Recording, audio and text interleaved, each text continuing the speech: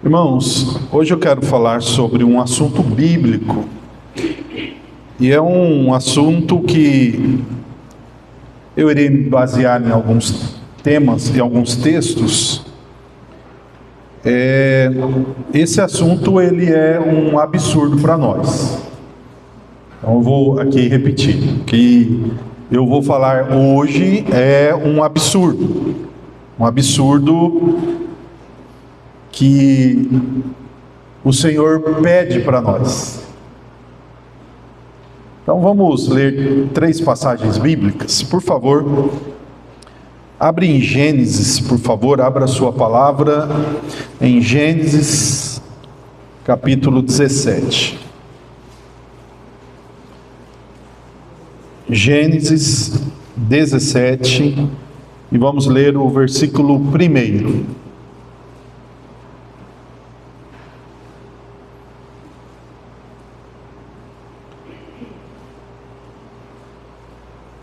Gênesis capítulo 17 e o versículo 1. Diz assim, Quando Abrão atingiu a idade de 99 anos, o Senhor apareceu a ele e disse: Eu sou o Deus Todo-Poderoso, ande na minha presença e seja... Como que está aí? Perfeito. Por favor, agora vai lá no Evangelho de Mateus, capítulo de número 5. Obrigado, meu irmão. Evangelho de Mateus 5.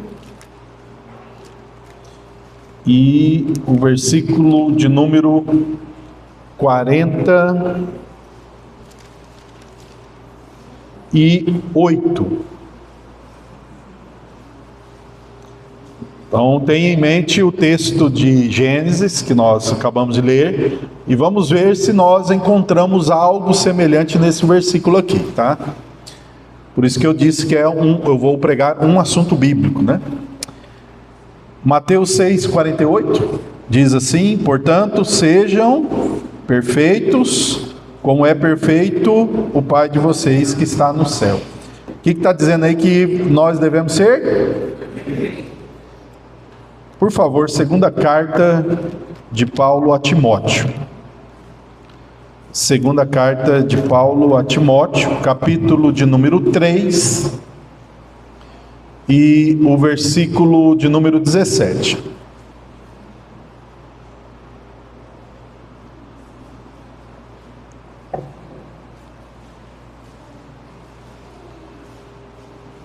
Timóteo, 2 Timóteo 3, 17.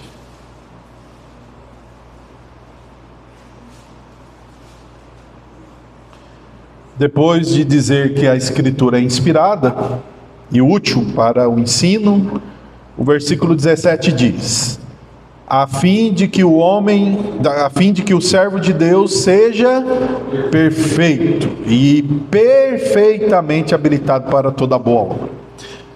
O que os irmãos notaram nos 3 textos? Deus dizendo, ou a palavra dizendo, que nós devemos ser o quê? Perfeito. Que nós devemos ser o quê? Perfeito. É um absurdo. Irmãos, há os que dizem que a palavra perfeito vai significar maduro. A situação é que lá no texto de Mateus, Jesus, ele coloca como referência Deus, o Pai, como esse padrão de perfeição. Então nós não podemos pensar só em maturidade. O Pai não é só maduro, ele é perfeito. Então, por que isso é um absurdo? Porque, irmãos, nós automaticamente, rapidamente e antecipadamente, nós sempre vamos dizer que somos o quê? Imperfeitos, pecadores, limitados, e o somos. E quando lemos passagens como essa, nós estamos diante de algo que é, no mínimo, um absurdo para nós. Ser perfeito e, pior ainda, ser perfeito como Deus é. O padrão de Deus para o seu povo, portanto, é o quê? A perfeição e não a imperfeição. Não se apresenta para você e para mim a proposta ou a possibilidade de sermos imperfeitos, como que se fosse uma desculpa, ou como que se fosse uma justificativa, ou mesmo como que se fosse uma muleta, a fim de que eu e você sempre lembrássemos de que somos pecadores, somos imperfeitos, somos limitados, portanto, obviamente, jamais teríamos condições de cumprir tudo que Deus quer. Mas Deus, Ele continua dizendo: seja perfeito, seja perfeito, seja perfeito. Então, o alvo e o objetivo meu e seu não deve ser jamais, nunca, em hipótese alguma, recorrer à imperfeição, mas buscar a perfeição. Nós vamos ainda entrar nisso aqui, tá bom? Lembra da primeira carta de João, no capítulo de número 2, lá no primeiro versículo, ele diz assim: filhinhos, eu vos escrevi isso para que vocês pequem, porque vocês são imperfeitos. Quem que lembra do texto? Lá diz: essas coisas vos escrevo para que não pequeis. Aí ele diz: se todavia, ou seja, se você tropeçar, irmão, só que para nós o negócio é invertido. Primeiro, parece que o que nós lembramos e recorremos e nos apegamos é o fato de que nós somos pecadores, e obviamente eu preciso lembrar disso. Eu não quero lembrar, eu não posso lembrar, e eu não posso estar diante desse absurdo de que Deus está dizendo que eu e você devemos ser perfeitos. Mas nós nunca vamos alcançar isso. Mas o ponto não é se eu e você, obviamente não alcançaremos, mas o ponto é que não existe outro padrão para nós a não ser esse. E aí é buscar, buscar e buscar. Posto isso, eu vou convidar os irmãos a refletirem comigo em cada um dos 3 contextos aqui, dos textos que eu acabei de ler, a fim de que busquemos no contexto, tanto do personagem como do próprio discurso, a referência do que é perfeito e o que eu e você devemos fazer. E é óbvio que se nós fizermos uma consulta bíblica séria e fizermos uma reflexão séria de nosso próprio estado, nós, irmãos, iremos ver que, apesar de sermos imperfeitos, muitas vezes, e talvez mais vezes do que deveria, nós buscamos a imperfeição como o nosso ideal e não a perfeição como o nosso ideal. Comecemos. Deus disse para Abraão: ande na minha presença e seja perfeito, seja perfeito. Eu quero refletir com você sobre algumas coisas sobre a vida de Abraão e nós então entendermos o que é perfeição do padrão divino para pecadores imperfeitos. Porque ainda Deus, Ele sabe que Ele está falando com pecadores imperfeitos, mas Ele apresenta a perfeição dentro desse estado que eu e você se encontram. E vamos aqui lembrar algumas coisas.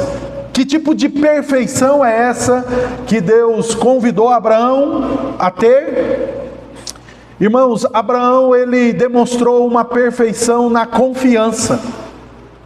Quando Deus disse para ele: saia da sua terra e de sua parentela. Irmãos, quando nós somos desafiados a deixar de confiar naquilo que é tangível, naquilo que é óbvio. Quando nós somos convidados por Deus para nós não sermos imediatistas e apenas visuais, é o padrão de perfeição que Deus busca. Será que confiamos? Que tipo de renúncia eu e você já fizemos diante daquilo que Deus colocou em sua palavra para fazermos? Lembre ainda que no caso de Abraão, ele não teve apenas a confiança de deixar a sua terra e a sua parentela, mas para ir para um lugar que já tinha endereço certo, já tinha destino certo. Era assim? Não. A Escritura vai dizer que esse que ouviu de Deus que ele devia ser perfeito, mostra que antes disso, ele mesmo, Abraão, já tinha ido para um lugar que ele não sabia para onde. Isso é confiança. Para eu e você sermos perfeitos, ainda que sejamos imperfeitos, o ponto aqui é que nós devemos confiar, como Abraão confiou. Confiamos nos mandamentos do Senhor, que eles são os melhores para a nossa vida. Confiamos nos preceitos santos do Senhor para modelar nossa vida, nosso pensamento, nosso comportamento, nossas decisões, a ponto de dizermos: Senhor, eu só posso confiar no Senhor porque eu não vejo para onde vou e eu estou deixando um ambiente de confiança, de estabilidade. É assim que seremos perfeitos. Mas vamos mais um pouco. Abraão, ele, depois que teve a sua jornada conhecida na Escritura, nós sabemos, irmãos, que o Senhor o abençoou e deu a ele um filho. E o Senhor pediu, ali no capítulo 17 mesmo de Gênesis, pediu para que ele fizesse o que com o seu filho? Sacrificasse. Irmãos, ser perfeito é ter a disposição profunda, incalculável, indisputável, de que aquilo que é mais precioso para nós, aquilo que é mais caro para nós, deve ser sacrificado diante de um mandamento do Senhor. Irmãos, imagine Abraão quando ouve esse pedido também absurdo de Deus. Depois de esperar tanto tempo e de ouvir a promessa de Deus, e Deus fazer uma promessa enorme de dar ao descendente de Abraão toda aquela terra que ele estava vendo, e agora Deus diz para ele: olha, acabe com isso agora. A perfeição aqui, irmãos, obviamente está acoplada, ligada, conectada ao que ele poderia entregar de mais precioso.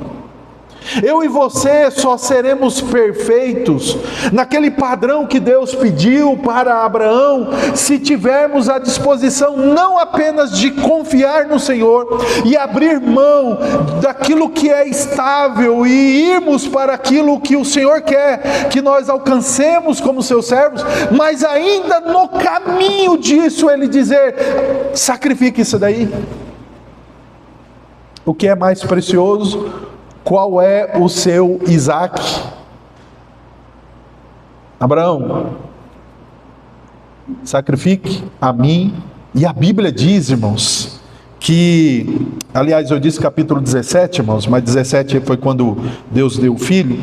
Mas a Bíblia diz, irmãos, que quando Deus fala para Abraão, Abraão, me dê o teu filho, o teu único filho. Deus ainda lembra. Irmãos, o que este homem demonstra é uma confiança plena e agora sacrificial.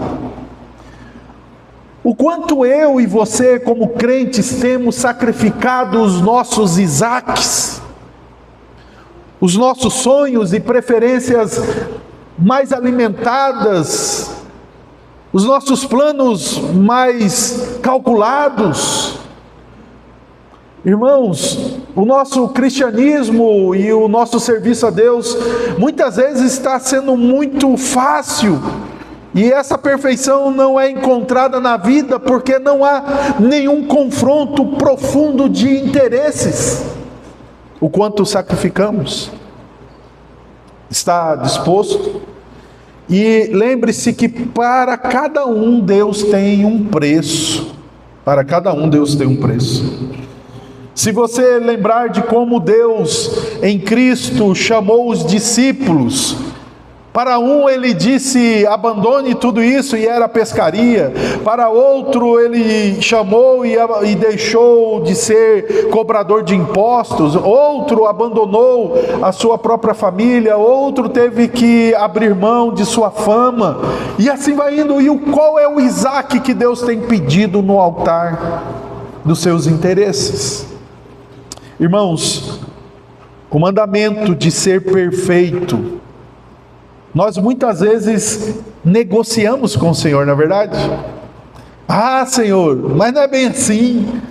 Nós às vezes vamos até dar uma aula de discipulado para o Senhor. Não, Deus, não é bem assim, ó, o Senhor não entendeu, é assim, assim, assim.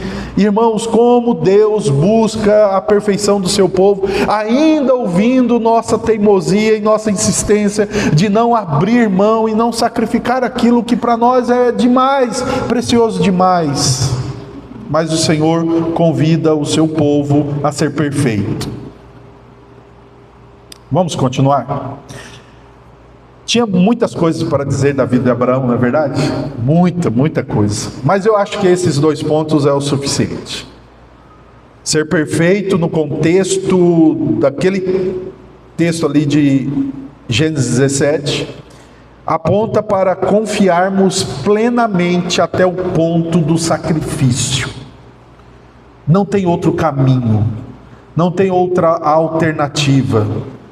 Lembre-se que é tudo o que o Senhor quer. Tudo. E Abraão foi chamado de amigo de Deus. Aliás, quando então Abraão se dispõe de sacrificar, e Deus envia um anjo, Deus coloca ali um cordeiro para o sacrifício, Deus diz a Abraão: você não me negou o teu único filho. Irmãos, que o Senhor encontre em nós esse tipo de perfeição. Lá no texto de Mateus, ali nós temos um contexto que vai dizer sobre um assunto muito bom de dizer: os nossos inimigos. Os nossos inimigos. Os nossos inimigos que poderiam morrer. Os nossos inimigos que poderiam ser destruídos. Os nossos inimigos que poderiam desaparecer. E como seria bom e satisfatório, mas isso não é perfeição. Lá no contexto, Jesus vai dizer algumas coisas. Ele comenta: o que adianta vocês tratarem bem apenas os que vos tratam bem? Todo mundo faz isso. O que adianta vocês odiarem os seus inimigos? Eu estou dizendo para vocês a amarem os seus inimigos. Eu estou dizendo para vocês a abençoarem seus inimigos. Eu estou dizendo para vocês favorecerem os seus inimigos. Por quê?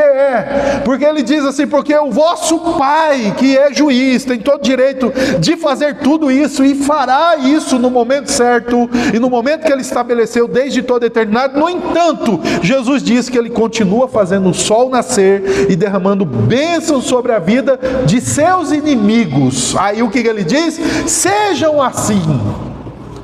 Irmãos, é um absurdo isso.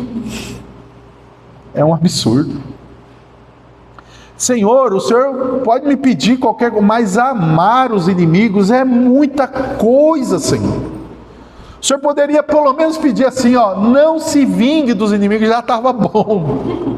Mas amar os inimigos, e ainda o Senhor ainda pede para abençoar os inimigos, e ainda orar pelos inimigos, Senhor, é demais. Aí ele vai dizer, vocês precisam ser assim, porque o vosso Pai é assim. A perfeição aqui no texto de Mateus é colocado na ideia contextual de relacionamento com pessoas que nos fizeram mal ou que nos fazem mal, a fim de que nós venhamos a retribuir o mal com o bem. E irmãos, isso é terrível. Isso é terrível. Irmãos, eu costumo dizer que se o cristianismo fosse um cristianismo de estereótipos, do tipo, a mulher não corta cabelo, o homem não usa calça, esses estereótipos religiosos, seria muito fácil ser crente, irmãos. Muito fácil. Aliás, que os maridos iam economizar até dinheiro no salão de beleza, né? Se as mulheres... Mexe com isso não, Luciano. Enquanto, irmãos, o cristianismo bíblico, ele vai no âmago, nas nossas aspirações mais íntimas e profundas. Irmãos, não adianta que nós lutamos constantemente contra este mandamento do Senhor de ser perfeito, ainda mais isso. Irmãos, Corrie ten Boom, se eu não estou pronunciando errado, foi uma cristã judia que viveu na época do nazismo. E os irmãos sabem o que os nazistas fizeram com os judeus. Corrie ten Boom, uma cristã que sobreviveu ao cenário demoníaco do Holocausto, ela se rendeu a Cristo e por algum tempo ela fez parte até da equipe evangelística de Billy Graham. E ela dava testemunho nas igrejas. Certa vez, é dito que Corrie ten Boom estava numa igreja dando o seu testemunho de como ela sofreu nas mãos dos soldados, né, da SS, dos soldados nazistas. E ela foi dizendo sobre o perdão e que ela, perdoou os nazistas pelo que fizeram com os judeus. Tanto daí a expressão, judiação nasceu aí, judiação, porque era um sofrimento muito grande. E segundo o relato, ela na igreja dando o testemunho, ela levantou um homem no meio da igreja, chegou ali diante dela e disse para ela as barbaridades que tinha feito com a família dela e com ela. E ela se lembrou. Aquele homem já idoso, e ele perguntou para ela, você me perdoa? Corrie ten Boom relata que ela no íntimo disse, Senhor, eu não consigo perdoar ele. Ela tinha acabado de falar do perdão. Mas ela orou e disse, Senhor, mas eu vou confiar na Tua palavra que me ordena perdoar. E eu vou afirmar perdão a esse homem. E ela conta que perdoou aquele homem. Pode ter certeza que você e eu nunca sofremos como ela sofreu nas mãos daquele homem. Irmãos, os irmãos sabem, eu estive há mais de um ano e 3 meses lá no Nepal, e eu conheci a Anjali. Anjali, ela é uma irmã que tem uma escola lá no Nepal, nas montanhas do Nepal, e Anjali foi então sequestrada quando era criança, para ser escrava sexual na Índia. E os irmãos sabem que naquela situação as crianças são estupradas diariamente. Há relatos de crianças que servem 30 homens por dia crianças de 10, 12 anos de idade. Muitas morrem de hemorragia, doenças sexualmente transmitíveis, etc, etc. Anjali foi recuperada 4 anos depois dessa vida horrível. E ela voltou, foi recuperada emocionalmente, espiritualmente, conheceu Jesus, e ela tem essa escola lá nas montanhas, lá onde ela foi vendida. A mãe dela, para ter um casamento, abandonou ela e o seu irmão, porque a mulher ali tem muito pouco valor, e ela abandonou as crianças, por isso que ela acabou sendo vendida. O que aconteceu? Que quando a Anjali volta e começa a trabalhar ali, bem onde ela estava, Anjali então encontra sua mãe perambulando como uma mendiga. Anjali acolheu sua mãe, cuidou da sua mãe, e eu conheci a mãe dela lá na cozinha da escola, trabalhando, servindo aquelas crianças. Anjali está com a filha do traficante que vendeu ela, cuidando também dessa criança. Como isso? Como? Pode ter certeza. Você não sofreu como Anjali sofreu. Se tivesse em suas mãos o filho, a filha do traficante que fez aquilo. Irmãos, mencionei casos de gente como a gente, porque se eu menciono de Jesus, Jesus é perfeito, ele perdoaria, porque ele orou, perdoou, porque eles não sabem o que fazem. E aí para nós, fugir da perfeição de Jesus é muito rápido, mas quando ouvimos casos de pecadores como nós somos, fazendo o que só Jesus fazia, é obviamente que o Espírito de Jesus comunicou graça a essas irmãs, de modo tal que elas encontraram a perfeição do perdão aos inimigos. Por último, irmãos, nós lemos o texto de Timóteo. E Timóteo, irmãos, aqui, o texto que Paulo escreveu a Timóteo, ele usa a palavra perfeito e perfeitamente habilitado para toda boa obra.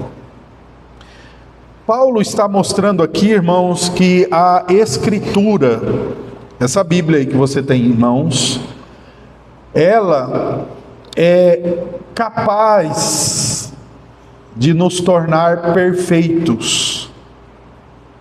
Ela é capaz de nos dar articulações saudáveis. A palavra perfeitamente habilitado aponta a algumas articulações do corpo. A Escritura, portanto, ela oferece para nós tudo aquilo que é necessário e suficiente para nos capacitar para sermos perfeitos. E você deve estar fazendo a mesma coisa que eu estou fazendo.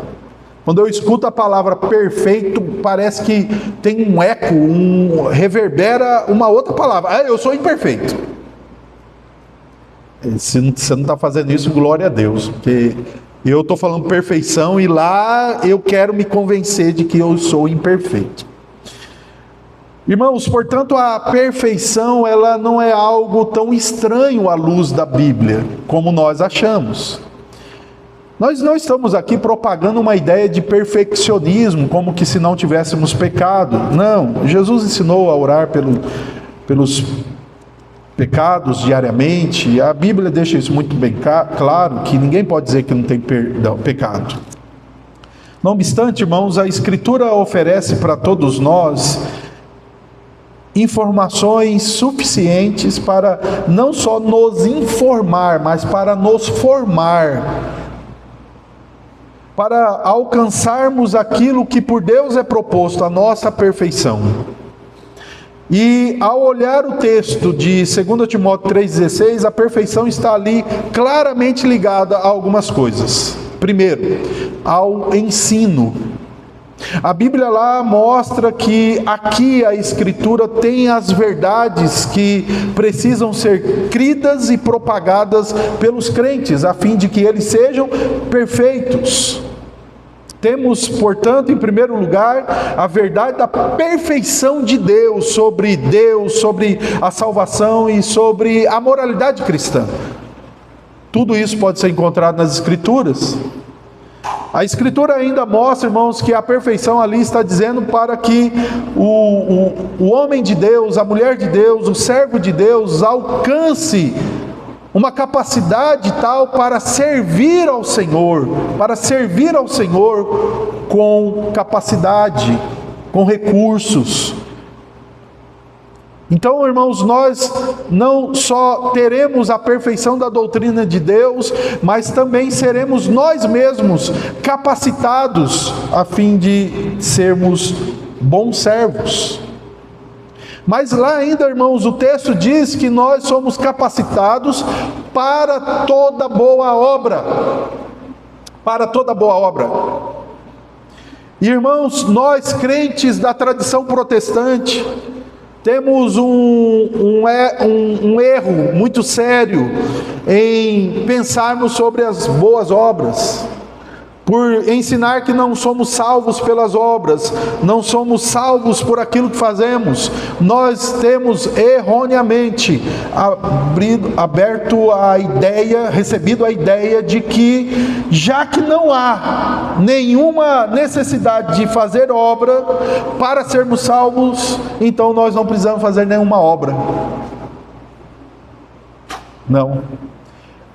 A Escritura está mostrando que nós devemos sim praticar boas obras para sermos perfeitos. Você pratica boas obras? O que são essas boas obras? É tudo que devemos fazer como crentes. Tudo. O bem para o próximo, o fruto do Espírito, práticas cristãs. Sim. A Escritura mostra aqui, irmãos, que quando nós realizamos o que é certo, estamos enquadrados naquilo que é perfeito. Praticar boas obras. Irmãos, para concluir, nós estamos diante de algo que é realmente um absurdo. Deus pedir para nós sermos perfeitos. Mas dentro do contexto dos textos que lemos, a perfeição ficou muito bem clara e conectada a algumas realidades. No caso de Abraão, a confiança e a confiança sacrificial. No caso das palavras de Jesus em Mateus 5, o amor ao próximo e ao próximo que é inimigo, que faz mal a você. E no contexto de Timóteo, isso que eu citei 3 textos, tá? Existem outros. No contexto de Timóteo, a perfeição está ligada ao conhecimento da palavra e à realização da obra de Deus. Não esteja satisfeito com menos do que isso. Mas isso não é até doentio, pastor? A ideia de um perfeccionismo? Não. O que é doentio, o que é bíblico não é doentio. A palavra de Deus está pedindo isso. Então esse é o seu propósito, esse é o seu alvo, esse é o seu objetivo. Alcançar a perfeição. A questão não é essa que você acabou de pensar, eu não vou conseguir. A questão é, continue. Continue buscando a perfeição. Amém?